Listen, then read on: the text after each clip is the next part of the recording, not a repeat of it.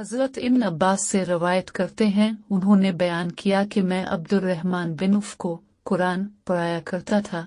जब हज़रत उमर ने आखिरी हज किया तो अब्दुर्रहमान ने मिना में कहा कि काश तुम अमीरुल मोमिनीन के पास हाजिर होते। उनके पास एक आदमी आया और उसने बयान किया कि फलां आदमी कहता है कि अगर अमीरुल मोमिनीन इंतकाल कर जाएं तो हम फलां शख्स के हाथ पर बैत कर लें। हज़रत उमर ने कहा कि आज शाम को खड़े होकर उन लोगों को डराएगा जो मुसलमानों के हक को गस्ब करना चाहते हैं। मैंने कहा कि ऐसा न करें, इसलिए कि हज का मौसम है, आपकी मजलिस में ज्यादातर आम लोग होंगे। मुझे डर है कि वो लोग इसको सुनकर सही मकाम पर न रखेंगे और हर तरफ लेकर उड़ेंगे, यानी उनकी इशाअत करेंगे।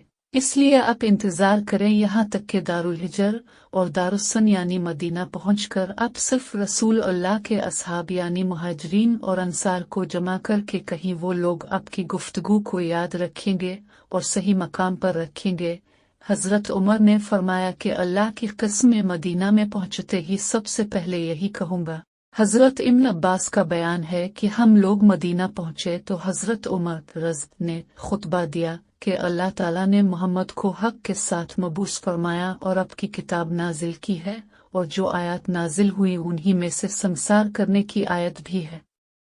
मोहम्मद बिन सरीन से रवायत करते हैं, उन्होंने बयान किया कि हम अबू हुरैरा के पास बैठे हुए थे तो वो कि सर में रंगे हुए कतान के 2 कपड़े पहने हुए थे। उन्होंने नाक साफ की और कहा कि वाह वाह, अबू हुरैरा कतान में नाक साफ करता। हालांकि मैंने अपने आप को देखा कि रसूल अल्लाह के मिंबर और हजरत आयशा के हुजरे के दरमियान बेहोश होकर गिर जाता था।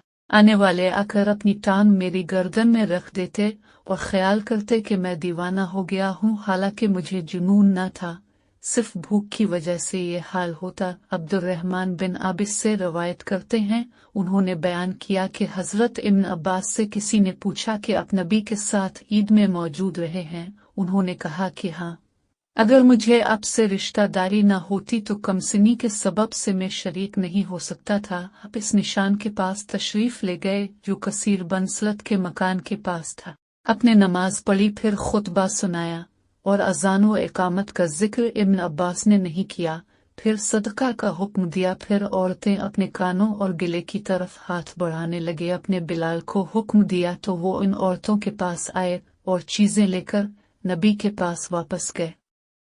हजरत आयशा से रवायत करते हैं, उन्होंने अब्दुल्ला बिन जुबैर को वसीयत की कि मुझे मेरे सौकनों के पास दफन करना, नबी के साथ हुजरे में दफन न करना, इसलिए कि मैं नापसंद करती हूँ कि मेरी तारीफ की जाए।